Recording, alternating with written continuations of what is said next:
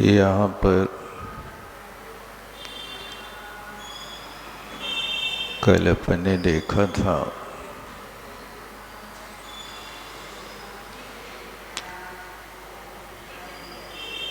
कि अभव्य जीव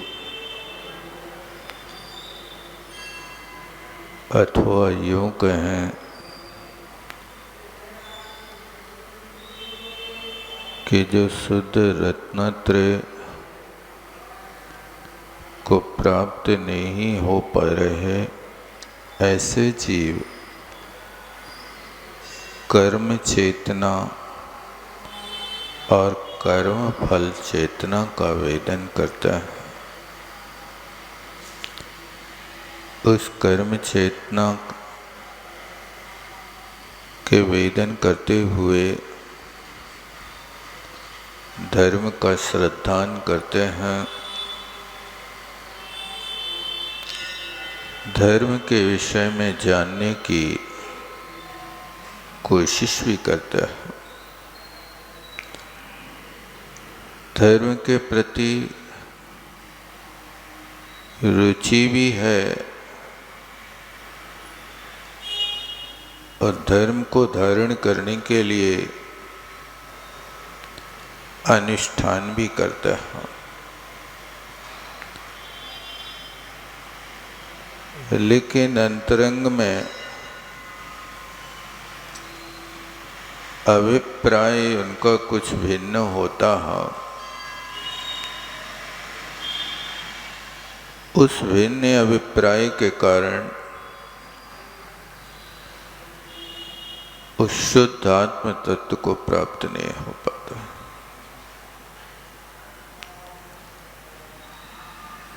जैसा कहा है भगवान ने वैसा कर रहे हैं,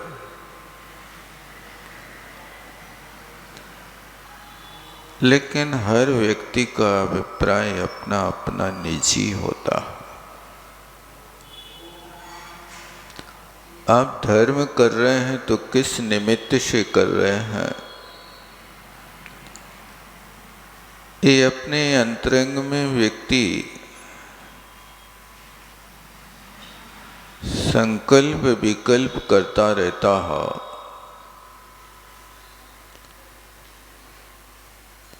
उसी को आचार्यों ने निदान बंध के हेतु में रखा है। किसी से कहता नहीं है, लेकिन धर्म करेगा तो भगवान से अपेक्षा रखेगा कि भगवान मैं अनुष्ठान तो कर रहा हूँ, बस इतनी कृपा करना सावलिया पारसनाथ कि मेरे बिगड़े काम बन जाए। अब वो लौकिक बिगड़े काम बनाना चाहता है, लेकिन जो परमार्थ से कुंडली बिगाड़ रखी अनादिकाल से, उसको सुधारने की कोशिश नहीं करता। धम्मम भोग निमित्तम, धर्म तो भोग के निमित्त किया जा रहा, जबकि ये भोग सामग्री एक ऐसी वस्तु है कि धर्मात्मा के पास तो ये वस्तुएं बिना मांगे मिलते हैं। जैसे कोई वृक्ष के नीचे जाता है तो क्या वृक्ष से याचना करना पड़ती है कि हे वृक्षराज थोड़ी सी छाया दे दो? वृक्ष के नीचे जाओगे तो छाया तो स्वयं मिलेगी ही मिलेगी, बिना याचना के मिलेगी। आप धर्म रूपी वृक्ष की छाया में जाओगे तो आपको भोग लौकिक तो मिलेंगे मिलेंगे, इसलिए कहा आचार्य भगवंतों ने, धर्मा सर्व सुखा करो हित करो। धर्म सुख करने वाला है, सबका हित करने वाला है। ऐसे धर्म का ज्ञानी लोग ही संचय कर पाते हैं, हर कोई नहीं कर पाता है। ये आचार्यों की वाणी है, गौतम स्वामी के द्वारा लिखा हुआ प्रतिक्रमण माना जाता है।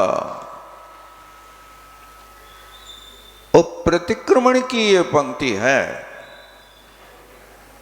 धर्मा सर्व सुखा करो हित करो धर्मम बुधाश्चन्वते धर्मे दैव समाप्यते सुखम धर्माय तस्मै नमः। धर्मा नास्त परा, ये लिखते हैं कि धर्म के अलावा और कोई श्रेष्ठ वस्तु है नहीं, इसलिए तस्मै धर्माय नमः, उस धर्म के लिए मैं नमस्कार करता हूं।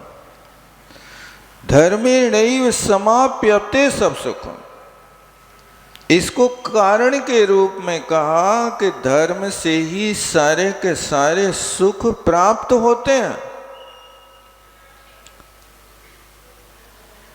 इसलिए उस धर्म को प्राप्त करने की कोशिश करो, जिस धर्म के माध्यम से सर्व सुखम अवाप्यते, सारे सुख प्राप्त किए जाते हैं। उस धर्म को ओढ़ना नहीं, हृदय में प्रकट करना। क्योंकि धर्म को ओढ़ने से धर्मात्मा नहीं बनते। धर्म वास्तव में अंतर में उत्पन्न होने वाली वस्तु है। जीवन में बहादुरी की जरूरत तो कभी कभी पड़ती है, लेकिन जीवन में समझदारी की जरूरत हमेशा पड़ती है। बहादुरी हमेशा काम में नहीं आती है। आप बहादुर बने रहे, लेकिन बहादुरी से आत्मकल्याण नहीं होता। आत्मकल्याण तो समझदारी से होता है। इसलिए हमेशा समझदारी बना करके रखो। और वो सबसे अच्छी समझदारी है कि हम अपने हित के विषय में सोचने लगे। परहित में धर्म नहीं है क्या? परहित में धर्म है, लेकिन परहित में लगे रहना व्यवहार धर्म है। और निज हित में लग जाना निश्चय धर्म है। इसलिए सबके बीच रहो, लेकिन काम समझदारी से करो।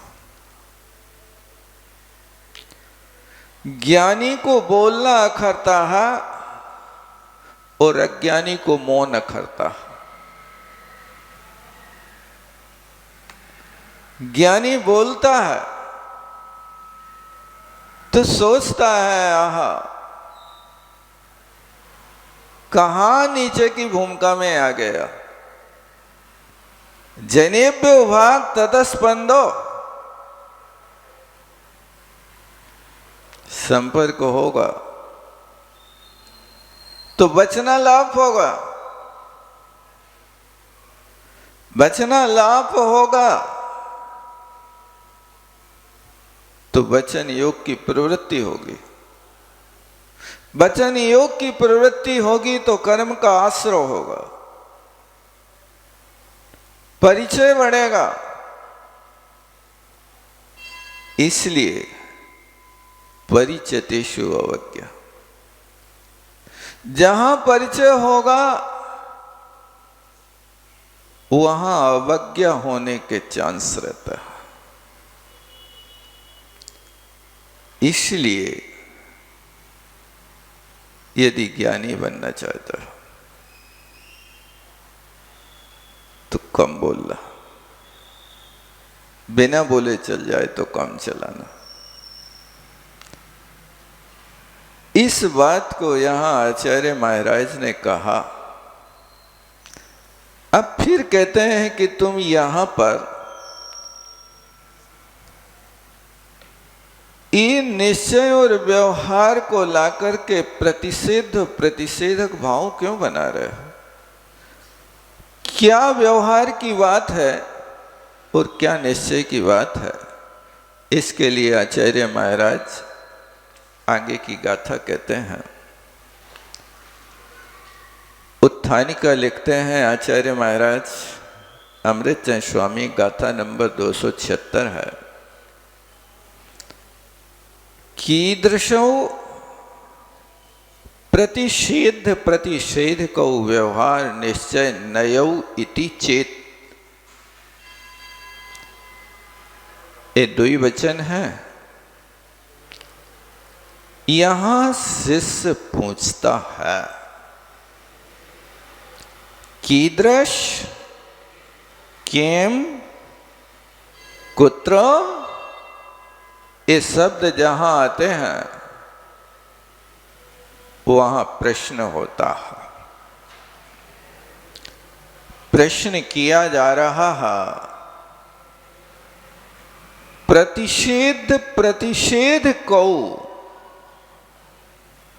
व्यवहार निश्चय नयौ, क्रम से लगाना।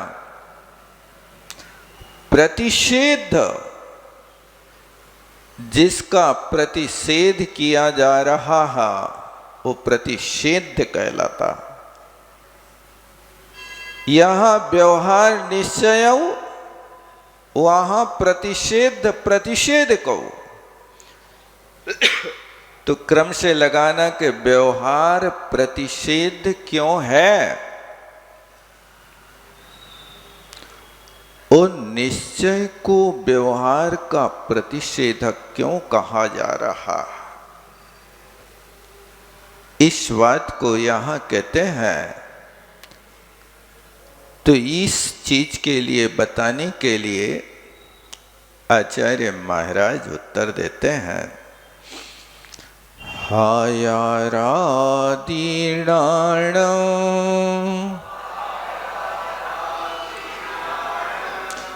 जीवादि दर्शनं च विन्नेयम्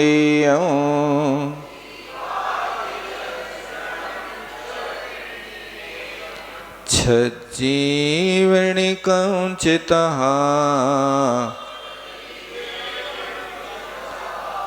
भणैचरितं तु व्यवहारो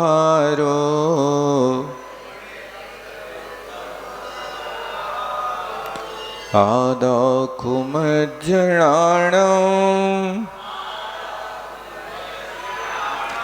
आदामे दंसनं चरेत्तञ्च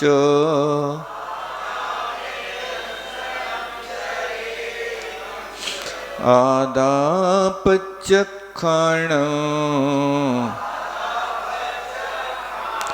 आदामे शंबरो जोगो।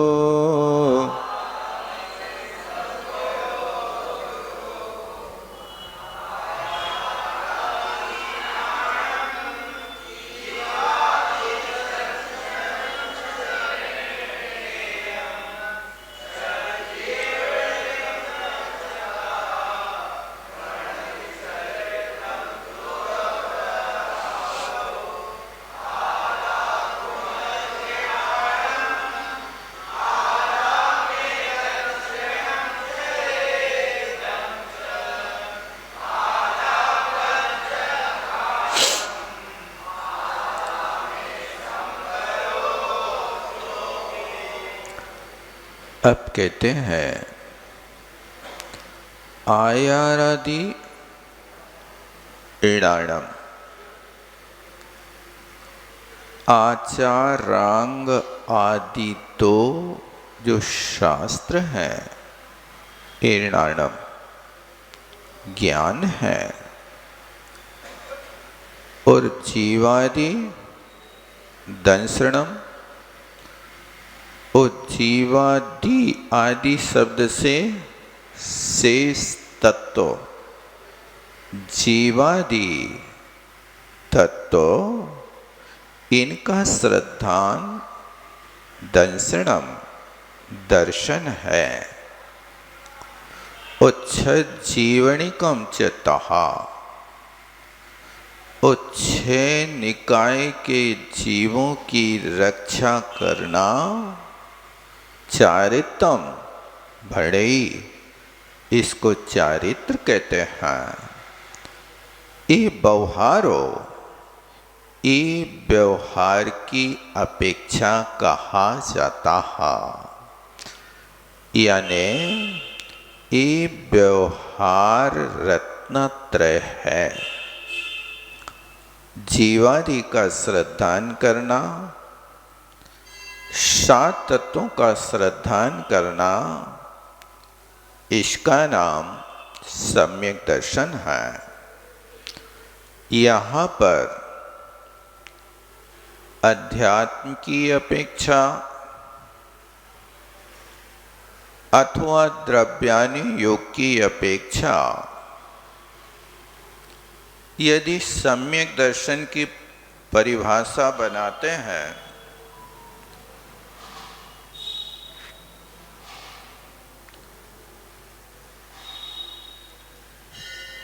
तो जीवादि 7 तत्वों का श्रद्धान करना सम्यक दर्शन है।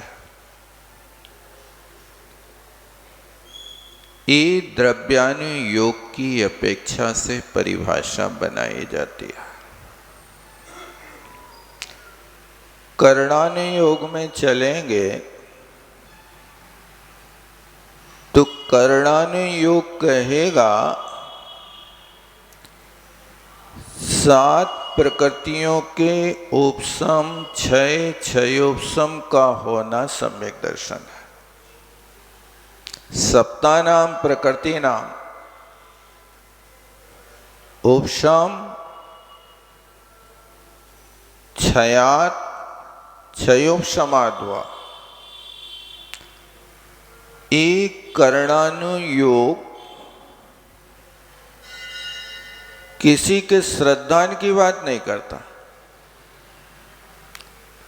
वो कहता है कि आत्मा के साथ लगी हुई दर्शन मोहिनी की और चारित्र मोहिनी की 7 प्रकृतियों का उपशम करो या क्षयोपशम करो।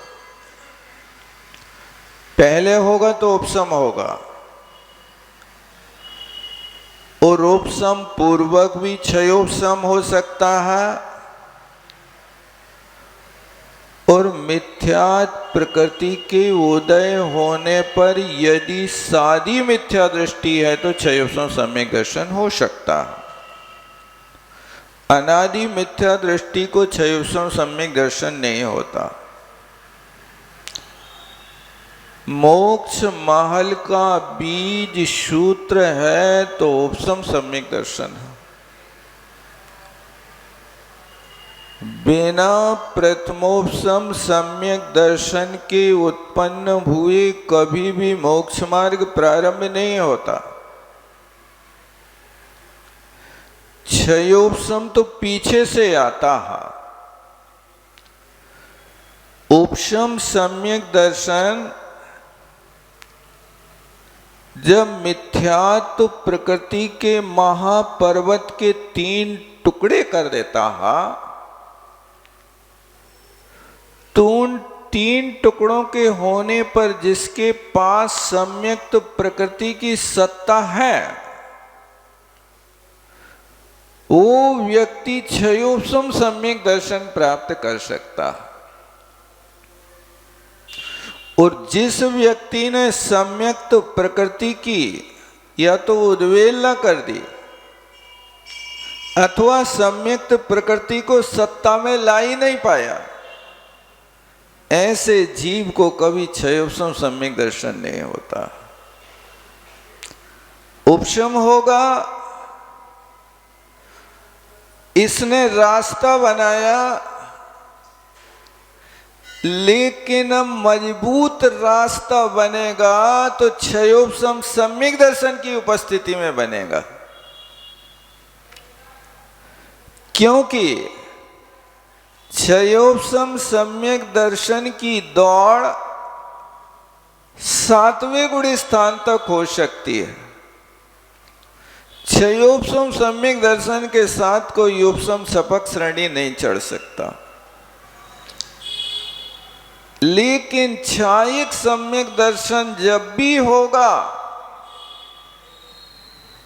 तब क्षयोपशम सम्यक दृष्टि को ही होगा, न मिथ्या दृष्टि को होगा, न उपशम सम्यक दृष्टि को होगा।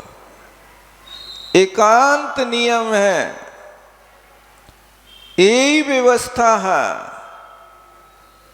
करणानुयोग कहेगा कि पहले आत्मा में लगी हुई जो विकृति है उस विकृति को हटाओ तो सम्यक दृष्टि बनोगे। एक करणानुयोग की अपेक्षा से यदि सम्यक दर्शन हो गया तो उस व्यक्ति का मोक्ष का रास्ता खुल गया।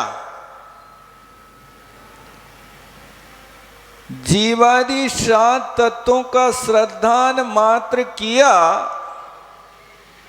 और यदि उपशम क्षयोपशम नहीं किया तो उस जीव की दशा ऐसी है कि जैसे शराबी लोग नाव में सवार होकर के नाव को रात भर खेते रहे, लेकिन जब सुबह देखा तो जहां के तहां खड़े। क्या हुआ? रात भर नाव चलाई फिर भी किनारे पे न आई। तो दूसरा कहता किनारा तो है ही भाई साहब, किनारा तो है ही, बस ये है कि जो उस किनारे पे तुम्हें पहुंचना था वो अभी गाड़ी इसी किनारे पे खड़ी है। मंजिल तो उस किनारे से मिलना है, इस किनारे का तो त्याग करना है। तो जैसे यहां शराबी लोग नाव तो खे रहे हैं, पुरुषार्थ तो कर रहे हैं, लेकिन एक कदम बढ़े नहीं, जहां थे वहीं है। इसी तरह मोह की मदिरा अंदर में चढ़ी हो और बाहर से ये सब कार्य किए जा रहे हो और कहते रहो कि मुझे तो पक्का श्रद्धान है, पक्का श्रद्धान है। 7 तत्वों का बस इन्हीं को समझो भैया, इनको समझना तो ज्ञान है। मूल श्रद्धान तो तब होगा जब 7 प्रकृतियों का उपशम क्षयोपशम होगा। जिस खेवटिया की इन 7 प्रकृतियों का उपशम क्षयोपशम हो गया, उसकी नाव उस किनारे पर पहुंच गई, और जिसका नहीं हुआ वो जहां था वहीं, यानी जहां था का मतलब मिथ्यात गुण स्थान में था तो वो मिथ्यात गुण स्थान में बना, आगे नहीं बढ़ा है। इसलिए करणानि योग कहता है कि तुम्हें सम्यक दृष्टि बनना है तो 41 प्रकृतियों का संबर करो। 41 प्रकृतियों का संबर कैसे होगा? इन 7 प्रकृतियों के उपशम क्षयोपशम से होगा, अन्यथा नहीं होगा। तो हमें वास्तव में सच्चा दर्शन तो कराने वाला यदि कोई है तो करणानुयोग है। इससे काम हो गया, तुम्हारा काम चालू हो गया। वो चरणानुयोग कहता है कि देव शास्त्र गुरु का श्रद्धान कर लो, सम्यक दृष्टि बन जाओगे। और प्रथमानुयोग कहता है कि भद्र परिणामी बनो। प्रथमानुयोग कहता है कि हमेशा करुणावंत बनो। यही सम्यक दृष्टि का लक्षण है। इन सब लक्षणों को मिला जुला करके कहा तो, लेकिन ध्यान रखना कि ये सब बाहरी सम्यक दर्शन के कारण है। अंतरंग कारण तो सात प्रकृति का उपशम क्षयोपशम और क्षय है। वो तुम्हारे गुणस्थान का विकास कराएगा। इसलिए इनकी ऊपर मूल दृष्टि बना करके रखो। इसलिए आचार्य महाराज ने कहा, क्योंकि समय सार द्रव्यानुयोग का विषय, तो उसमें यही कहेंगे कि दर्शन यहाँ जीवादि का श्रद्धान करना दर्शन है।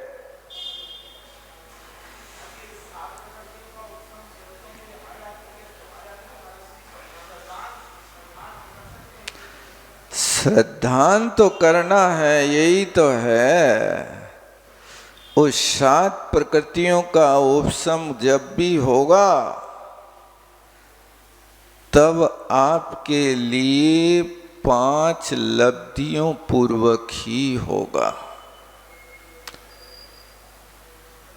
बिना 5 लब्धियों के काम होता नहीं। और उन लब्धियों को प्राप्त करने के लिए अंतरंग बहिरंग दोनों कारणों की जरूरत है। प्रारंभ वहां से होता है कि जिस समय ज्ञान वर्णादि कर्मों की स्थिति अनुभाग हमेशा हीन हीन बंधने लगे, उसका नाम क्षयोपशम लब्धि है। ज्ञान वर्णादि प्रकृतियों को आप देख लो कि हीन अनुभाग करने के लिए कसाई कितनी मंद है। यदि कसाई की मंदता होगी तो ज्ञान वर्णादि प्रकृतियों का अनुभाग प्रतिपल हीन हीन बंधेगा। और फिर दूसरे में आएगा विशुद्धि लब्धि के जब आपकी निर्मल परिणति से साता वेदनी आदि पुण्य प्रकृतियों का बंध होने लगे, वो लब्धि का नाम विशुद्धि लब्धि है। ये सातादि का बंधना और पाप प्रकृति की न्यूनता होना, उसका नाम विशुद्धि है। और जब विशुद्धि बढ़ती है तो विशुद्धि बढ़ने पर गुरु की खोज में चलता है। क्योंकि मेरा काम तो होगा तो उन्हीं से होगा, बिना गुरु के कार्य नहीं होगा। इसलिए जिसके जीवन में गुरु नहीं उसका जीवन शुरू नहीं। ये देशना लब्धि का फार्मूला। क्यों? क्योंकि विशुद्धि बढ़ेगी तो गुरु के निकट जाकर के गुरु से पूछेगा, भगवान किन्नु खलु आत्मने हितम। भगवान आत्मा का हित क्या है? मैं आज तक इससे परिचित नहीं हूं। अब वो गुरु उनके लिए निकट भव्य जान करके संक्षेप में बताना चाहेंगे। तो आचार्य महाराज नजर उठा करके देखते हैं और उस नजर में ही परख लेते हैं कि ये निकट भव्य है कि दूर भव्य है, ऊधमी है कि उद्यमी है। अब वो चेहरा बता देता है। ऊधमी है तो बात नहीं करना। जैसे अकम्पन आचार्य महाराज के सामने आए हुए राजा की फौज, बैठ गए, बोल रही नहीं। लेकिन जो विशुद्धि लब्धि से भरा हुआ उसका चेहरा दृष्टिगोचर हो रहा है कि अब संसार से घबराया हुआ है, इसलिए उद्यमी जान करके उत्तर देते हैं।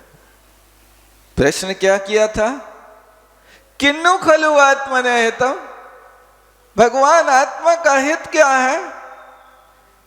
तो आचार्य महाराज सब कुछ परख करके उत्तर देते, मोक्ष। ऐसे ही हुआ। काला अक्षर भैंस बराबर, भैंस के आगे बीन बजाओ, खड़ी खड़ी पगराए। ऐसे ही दशा हो गई। भगवान ने तो कह दिया मोक्ष, लेकिन हमने तो आज तक इन बातें ही नहीं सुनी कि मोक्ष क्या वस्तु है।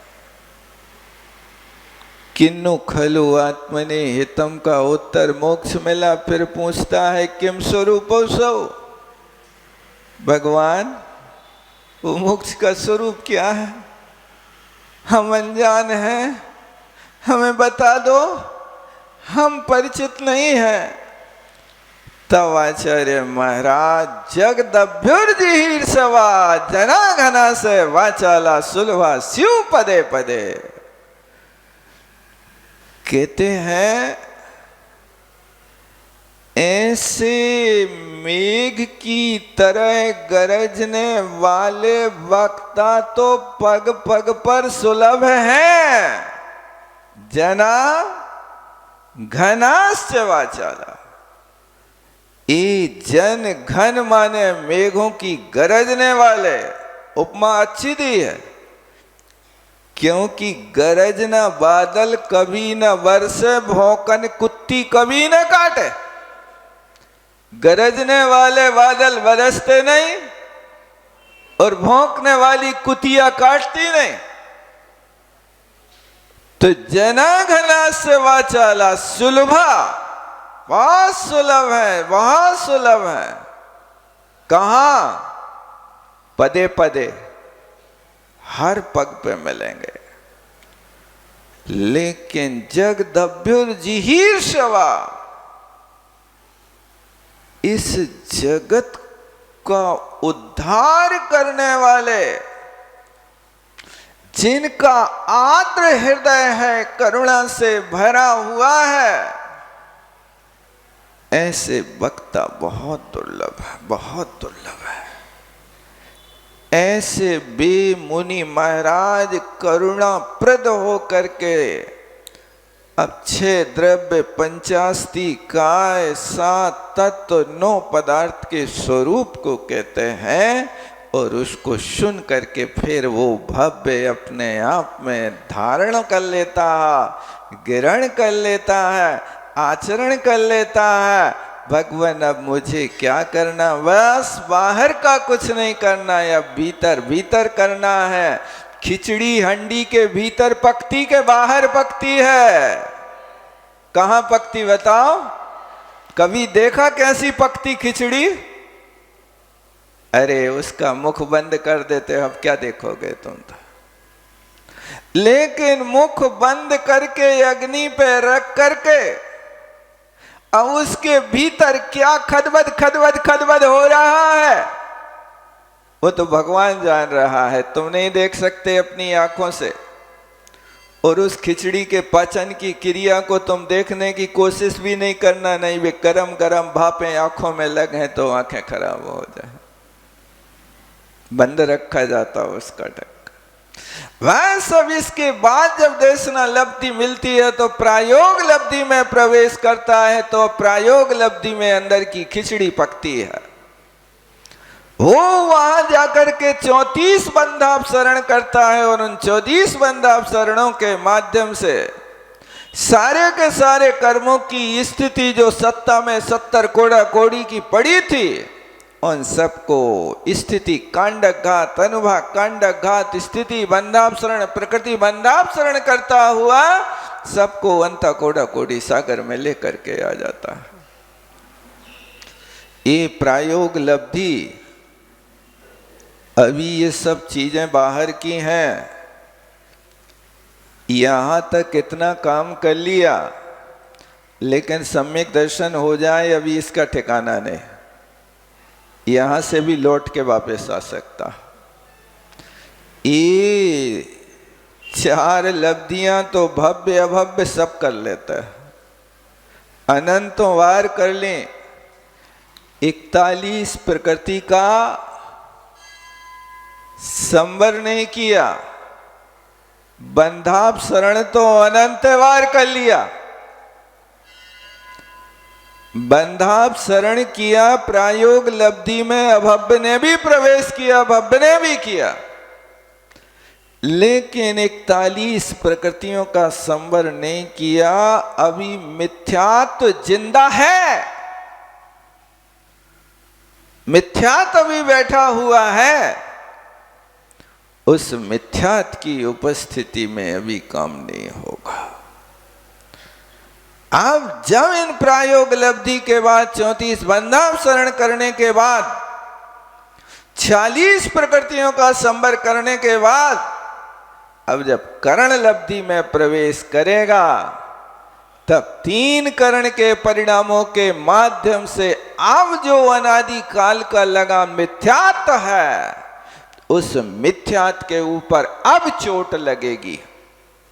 ओ सत्ता में अंदर बैठा हुआ, उसके लिए अब क्या क्या काम होता है, वो परिणामों की विशुद्धि से काम करता करता करता जाकर के उसकी उपशामना करता है। ये क्रिया जो होती है, ये क्रिया आपको करणानुयोग सिखाएगी। समय सार तो कहेगा कि जीवादि 7 तत्वों का श्रद्धान कर लो, सो तुमने भी कह दी हाउ कर लो। उनने कहा, वो तुमने कहा हाउ, हाउ तो है, लेकिन अभी समझदारी कछु नहीं है। कहा हाउ कह दिया, हमें तो हाउ कहने, अब करने का है भगवान जाने, हम कछु नहीं जाने। सम्यक दृष्टि बन गए। आओ हम सम्यक दृष्टि बनने की बात तो कहते, क्यों महाराज ने कहा था कि हमने जीव का श्रद्धान कर लिया, और जीव आत्मा है, ज्ञान दर्शन स्वभाव है, वो श्रद्धान करके सम्यक दृष्टि बना हूं। अब मैं ही सबसे बड़ा सम्यक दृष्टि हूं। बेटा अब बातों के हो, अब ये काम करके दिखाओ, तब कहीं जाकर के सम्यक दृष्टि बनोगे।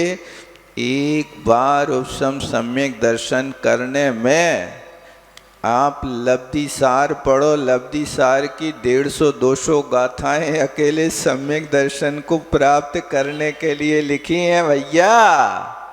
ऐसा सहज नहीं है कि बोल दिया सो कर लिया।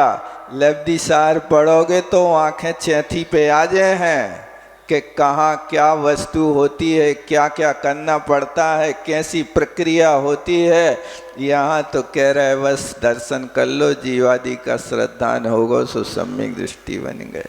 बहुत अच्छा। ये उपदेश ग्रंथ है, अध्यात्म ग्रंथ है, उपदेश यही होगा। इस तरह से कहते 6 जीवनिकाएं और 6 काय के जीवों की रक्षा करना ये व्यवहार रत्नत्रय का स्वरूप है। अब इन व्यवहार का पालन करते करते आदाखु मज्जनाड़म, अब आगे बढ़ता हा जो निश्चय सम्यक दृष्टि, निश्चय ज्ञानी होता हा, जो निश्चय चारित्र को धारण करने वाला होता हा, अब उस जीव की दशा होती है कि अब आचार आदि ज्ञान की बात नहीं है। आधा कुमज्जनाणम, बस मेरा आत्मा ही ज्ञान है, अब कोई और दूसरी वस्तु की जरूरत नहीं है। ये निश्चय की ओर बढ़ रहा है। अभी तक तो बाहर पुस्तकों के ज्ञान से ज्ञानी बना हा, पुस्तकों के पढ़ने से ज्ञानी नहीं होता, क्योंकि अंतरंग में जब तक आपके ज्ञानावरणी कर्म का क्षयोपशम नहीं होगा तब तक काम नहीं होगा। आपसे कोई पूछे कि ये पुस्तक ज्ञान है कि आत्मा के अंदर रोने वाली कोई चेतना परिणति का नाम ज्ञान है, बताओ किसका ज्ञान है? ये तो यहाँ पर अंतरंग में भरा है। ये समय सार तो हमारे लिए, हमारे ज्ञान को प्रकट करने के लिए एक ज्ञाति कुदाली का काम कर रहा है। ज्ञान तो अंदर है, उस अंदर के ज्ञान को प्रकट करने का नाम वास्तव में ज्ञान है।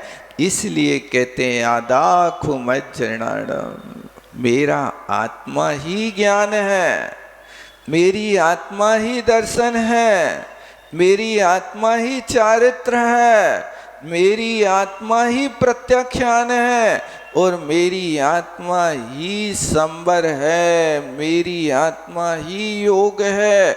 इस प्रकार का वो होता है, सबको तज निज को भज, एक वस्तु को पकड़ लेता है। अब बाहर में कुछ नहीं करना, सब कुछ आत्मा में भी तो है, बाहर कोई वस्तु है नहीं। इस प्रकार का निश्चय आश्रय करके अब वो आगे श्रेणी आरोहण के योग परिणाम करता है। इसका नाम निश्चय है। यहाँ तक लाने के लिए बाहर के ये सारे के सारे उपक्रम किए, उन उपक्रमों के साथ में अब अंदर प्रवेश करता है तो ये सारी की सारी प्रक्रिया व्यवहार की उसकी पीछे रह जाती है। अब कहते हैं आचारादि शब्द श्रुतम ज्ञानस्य आश्रयत्वात् ज्ञानम। आचारांग आदि, आचार आदि का अर्थ आचारांग आदि जो द्वादशांग हैं, पहलो आचारांग बखानो। देखो यहाँ पर भी कहा है 11 अंगों में सबसे पहला अंग आचारांग है। पहले आचरण अच्छा बनाओ, आचरण तुम्हारा शुद्ध नहीं, कल्याण तुम्हारा कैसे हो? विषयन वश भक्ष अभक्ष भखे, ही ज्ञान उजाला कैसे हो? जब तक तुम्हारा आचरण ठीक नहीं होगा तब तक बाहर की क्रिया ठीक नहीं करोगे, तब तक आपके आत्मा में रहने वाले ज्ञान का प्रकाश तुम्हें कैसे मिलेगा? इसलिए द्वादशांग में प्रारंभ अंग है तो आचारांग है। आप भी देखो कि आपका आचरण कैसा है, कैसा खाएं, कैसा बोलें, कैसे चलें।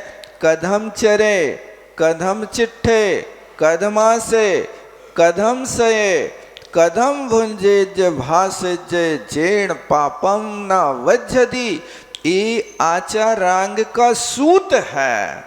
इस आचारांग के सूत्र में इतने प्रश्न कर रहे हैं गौतम स्वामी से कि भगवान कदम चरे, तो भगवान उत्तर देते हैं जदम चरे। उसने प्रश्न किया कि कैसे चले, तो भगवान उत्तर देते हैं जदम चरे माने यत्नाचार पूर्वक चलो। कदम चरे कथम चिट्ठे, कैसे चेष्टा करें, तो कहते हैं जदम चिट्ठे, कैसे बैठे, यत्नाचार पूर्वक बैठो। देखो बैठना भी सिखाना पड़ रहा है। हाँ, आए और बैठ गए। बैठने के पहले जिस क्षेत्र को तुम घेर रहे हो वो क्षेत्र जीव स्थान से रहित है कि नहीं, एक दृष्टि डालो, एक बार मार्जन करो। अकेली दृष्टि डालने मात्र के लिए आचारांग नहीं कह रहे, दृष्टि में कई बार जीव नहीं आ पाते हैं देखने में, तो उसके बाद देख करके फिर मार्जन करो। तुम्हारे पास मार्जन है कि नहीं? काय को कहते मार्जन है? जिसके माध्यम से क्षेत्र शुद्धि की जाती है उसका नाम मार्जन होता है। आप पीछे नहीं ले सकते, कोई बात नहीं। एक मुलायम कपड़ा लेकर के आप जहां बैठे उस स्थान को पहले देखो, मार्जन करो। वो निर्जंतु स्थान है तो फिर शांति से आसन लगा के बैठ जाओ। अब फिर बिना देखे बार बार इधर उधर होलो नहीं, डोलो नहीं, खिसको नहीं, आगे पीछे नहीं हो। और यदि जगह कम पड़ रही है तो आगे की जमीन को फिर मार्जन करो और फिर खिसको नहीं, उठ के बैठो उस स्थान पे।